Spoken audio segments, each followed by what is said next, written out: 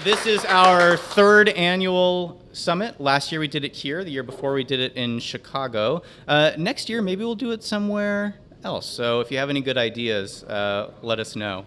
My name is Jameson Dempsey. I am one of the directors of Legal Hackers. I co-founded DC Legal Hackers. Up here is Phil. Hi, everyone. Nice to meet you. Hi. Phil, along with, where's Tarek? There's Tarek. Everyone look at Tarek here. Where's Lauren? Is Lauren here? Hey. Lauren, could you stand up? Is Warren here? Warren Allen? No, no Warren. Okay. These guys, 5 years ago, had a harebrained idea to have a legal hackathon in Brooklyn, New York, at the height of the SOPA-PIPA intellectual property battles in Washington, D.C. I don't imagine you guys had any idea at the time when they had the hackathon that this would turn into what it is. But over the course of the last 5 years, we've grown dramatically. It went from a hackathon in Brooklyn to a global movement with over 60 chapters on 5 continents. Dan and I tried to tabulate it. It's something like 8,500 to 10,000 members right now. We're just about doubling every year. The momentum doesn't seem to be slowing down. And so in the next few minutes, I just want to give a brief overview of what Legal Hackers is for those who haven't been to a Legal Hackers event. Actually, it's a good call. Who's never been to a Legal Hackers event before?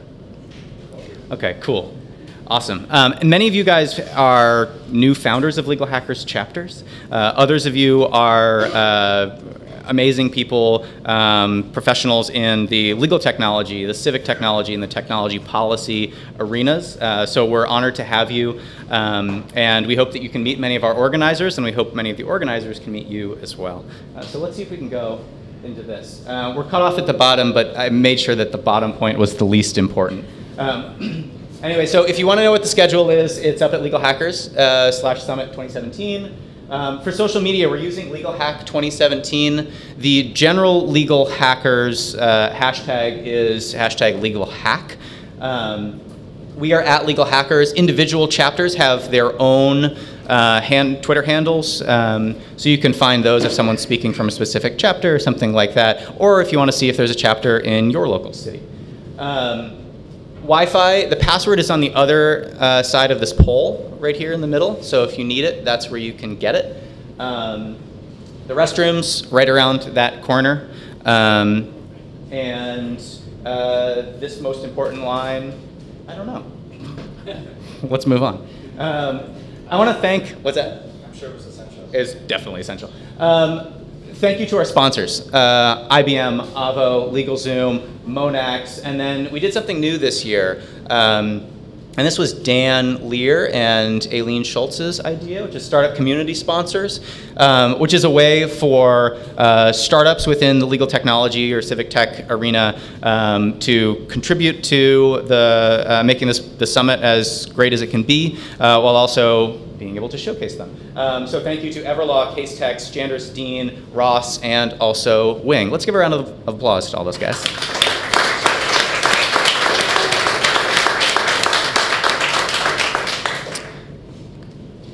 Okay, the Legal Hackers mission. What we're all about is creative problem solving at the intersection of law and technology. As I mentioned before, that takes many forms. It could be legal tech, but it could also be civic technology or technology policy.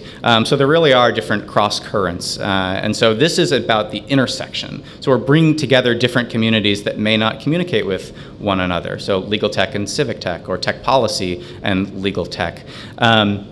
And so what we're all about here is spotting issues where we can use technology in order to improve things like access to justice, transparency, but also looking for ways to use policy to advance the innovation economy, to ensure that creators, that hackers can do the things that they want to do, can create the new technologies. So anyway, that's what we're all about, and I want to tell you a little bit about how we do that. We were founded in 2012 in Brooklyn, New York, right up the street at Brooklyn Law School. Our movement, the Legal Hackers the Legal Hackers main organization, then all of the individual chapters are non-commercial. We're not pushing products. We have demo nights, but it's more about why your product is cool than I'm trying to sell X, Y, or Z. We're also nonpartisan. We don't advocate for specific policy things. Yes, we grew up in SOPA and PIPA battles, net neutrality battles, but we serve as a platform, so we want to hear from all different voices. Everyone has something interesting, thoughtful to contribute, so we don't want to shut out any voices. We're a platform. We have 60 chapters and growing, as I mentioned. We have thousands of members, as I mentioned. We're 100% volunteer. Nobody gets paid to do Legal Hackers.